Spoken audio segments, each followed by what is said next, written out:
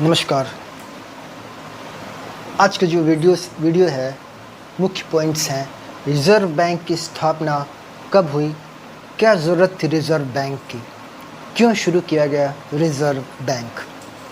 Second point, Hindustan में जो voting करने का अधिकार था ब्रिटिश शासनकाल में, कितने प्रतिशत लोगों को वोटिंग करने का अधिकार था। सेकंड पॉइंट, हिंदुस्तान में जो वोटिंग करने का अधिकार था, कितने प्रतिशत लोगों को ही वोटिंग करने का अधिकार था ब्रिटिश शासनकाल में।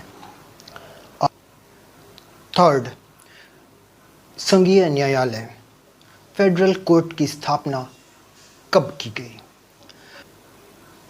संघीय लोक सेवा आयोग की स्थापना कब की गई। नमस्कार, मैं पवन कुमार स्वागत करता हूं अपने इस YouTube चैनल पे। इसका नाम है पवन पॉलिटी पॉइंट। आज का हमारा टॉपिक है गवर्नमेंट ऑफ इंडिया एक्ट 1935। तो शुरू करते हैं आज का टॉपिक। ये जो अधिनियम है 1935, ये जिम्मेदार सरकार के रूप में मील का पत्थर साबित हुआ। ये दूसरा मील का पत्थर साबित हुआ। तो ये जो अधिनियम है, इसमें 321 धाराएं और 10 अनुसूचियां हैं। 321 एक्ट एंड 10 शेड्यूल्स। इसका विशेषता है, पहली इसकी विशेषता है, अखिल भारतीय परिषद की स्थापना किया गया था।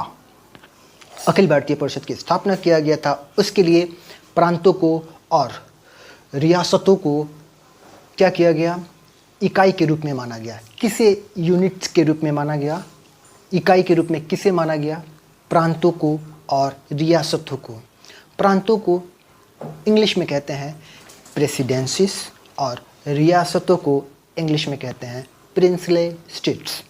तो यूनिट्स माना गया किसे, इकाई माना गया किसे, प्रिंसले स्टेट्स और प्रेसिडेंसीज को। और ये जो केंद्र है और इकाई, केंद्र और इकाई के बीच में ये जो शक्तियाँ थी, उसको 3 लिस्ट में बांटा गया। 3 सूचियाँ बनाई गईं। तो पहली सूची है संघीय सूची। संघीय सूची केंद्र के लिए थी और इसमें 59 पॉइंट्स थे। संघीय सूची को इंग्लिश में कहते हैं फेडरल लिस्ट। और दूसरी सूची है इसकी प्रांतीय सूची, जो प्रांत के लिए थी। तो प्रांतीय सूची में कितने पॉइंट्स थे, 54 पॉइंट्स थे। ये प्रांत के लिए बनाए गए थे। और प्रांतीय सूची को इंग्लिश में कहते हैं प्रेसिडेंसी लिस्ट। और तीसरा जो था समवर्ती सूची, इसमें 36 पॉइंट्स थे। ये दोनों के लिए थी, ये केंद्र के लिए भी और प्रांत के लिए भी। तो समवर्ती सूची को इंग्लिश में कहते हैं कंकरेंट लिस्ट। और बाकी जो अवशिष्ट शक्तियाँ थी वो वायसराय को प्रदान कर दी गई। लेकिन ये जो अखिल भारतीय परिषद जो स्थापना किया गया था, ये कभी अस्तित्व में ही नहीं आया। क्यों अस्तित्व में नहीं आया? क्योंकि ये जो प्रिंसले स्टेट्स है, ये जो रियासतें थी, रियासतें कभी भी आई ही नहीं अस्तित्व में। उन्होंने अपने आप को यूनिट माना ही नहीं, अपने आप को यूनिट माना नहीं उन्होंने। और यही कारण है कि यह जो अखिल भारतीय परिषद है वो अस्तित्व में नहीं आया। ये पहली विशेषता। दूसरी विशेषता, द्वैध शासन को समाप्त कर दिया जाता है। द्वैध शासन, डीआरची को समाप्त कर दिया जाता है और इसके जगह पे आंतरिक स्वायत्तता शुरू की जाती है। आंतरिक स्वायत्तता यानी कि इंटरनल ऑटोनॉमी। और जितने भी ये जो प्रांत है, परिभाषित क्षेत्र हैं, सभी परिभाषित क्षेत्रों में प्रशासन की जो आंतरिक स्वायत्तता इकाई थी वैसे कार्य करना शुरू कर दिया। और यही कारण था कि राज्यपाल जो भी विधायिका आता था प्रांत से, तो विधायिका के लिए जिम्मेदार मंत्रियों की सलाह अनिवार्य कर दी गई थी। राज्यपाल बिना मंत्रियों की सलाह के किसी भी विधायिका को पास नहीं कर सकते थे। और ये जो इसकी जो अवधि थी, ये दूसरी विशेषता हमने बताया, आंतरिक स्वायत्तता इसमें प्रदान किया गया, इंटरनल ऑटोनॉमी लाया गया।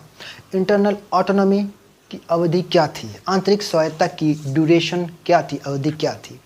इसकी अवधि थी 1937 से 1939 तक।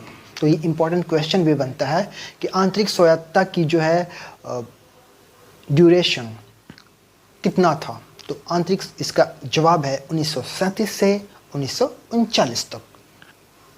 जो इसका थर्ड पॉइंट है कि ड्यूआर्ची यानी कि द्वैध शासन को केंद्र में शुरू करने का प्रावधान किया गया और इसके फलस्वरूप रिजर्व सब्जेक्ट्स यानी कि आरक्षित विषय और स्थानांतरित विषय को बांट दिया जाता है। हालांकि यह जो प्रावधान था ये कभी लागू किया ही नहीं गया। और इसकी जो फोर्थ पॉइंट है, इम्पॉर्टेंट पॉइंट, फोर्थ पॉइंट में बाईकैमरलिज्म, जो 11 हमारे प्रांत थे, इन 11 प्रांतों में से 6 प्रांतों में बाईकैमरलिज्म द्विसदनीयता को स्थापित किया जाता है। तो वो 6 प्रांत कौन कौन से थे जहाँ पे द्विसदनीयता को स्थापित किया जाता है? पहला बिहार, बंगाल, बॉम्बे और मद्रास, असम और साथ ही साथ संयुक्त प्रांत।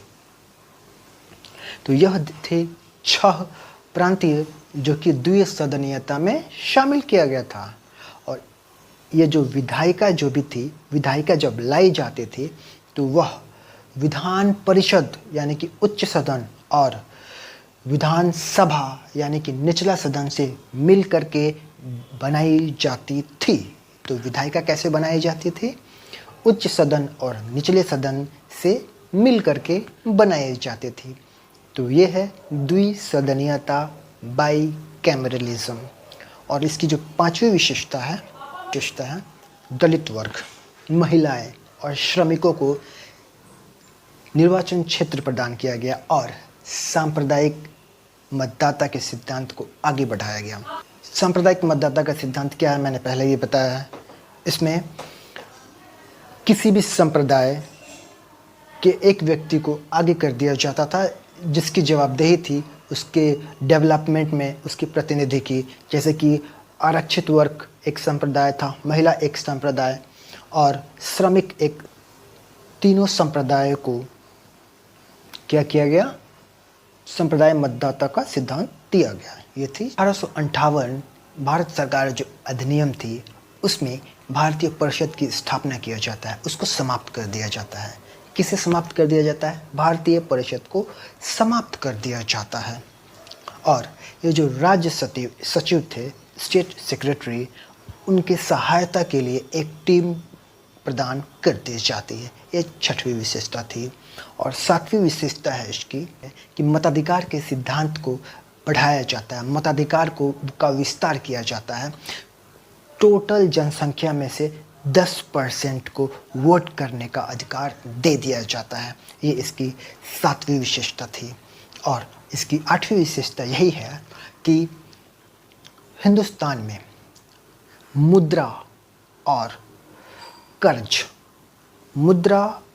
कर्ज के लिए नियंत्रण के लिए, मुद्रा और कर्ज के नियंत्रण के लिए, कंट्रोल के लिए रिजर्व बैंक की स्थापना किया जाता है। तो रिजर्व बैंक की स्थापना क्यों की जाती है? मुद्रा और कर्ज के कंट्रोल के लिए रिजर्व बैंक की स्थापना की जाती है। 9वां विशेषता है, इसमें संघीय लोक सेवा आयोग की स्थापना की जाती है। संघीय लोक सेवा आयोग की स्थापना की जाती है जिसमें प्रांत, 2 प्रांत या 2 से अधिक प्रांतों के लिए प्रांतीय लोक सेवा आयोग और संयुक्त लोक सेवा आयोग की भी स्थापना की जाती है। ये इसकी 9वीं विशेषता थी। और जो 10वीं विशेषता है, संघीय कोर्ट की स्थापना की जाती है। इसकी जो 10वीं विशेषता है, संघीय कोर्ट की स्थापना किया जाता है 1937 में। संघीय कोर्ट को अंग्रेजी में कहते हैं फेडरल कोर्ट। तो संघीय न्यायालय की 10वीं इसकी विशेषता है, संघीय न्यायालय की स्थापना की जाती है। तो संघीय न्यायालय की स्थापना कब की जाती है? 1937 में। ये इम्पोर्टेंट क्वेश्चन भी है कि फेडरल कोर्ट की इस्टेब्लिशमेंट है वो कब की जाती है? तो 1937। ये थी आज की का अधिनियम, भारत सरकार अधिनियम 1937। तो इस वीडियो को ख़त्म करने से पहले मैं एक प्रेरक वाक्य कहना चाहूँगा। मुश्किलों का आना पार्ट ऑफ लाइफ है।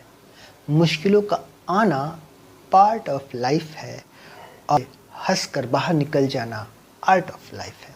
और इनसे हंस कर बाहर निकल जाना आर्ट ऑफ लाइफ है।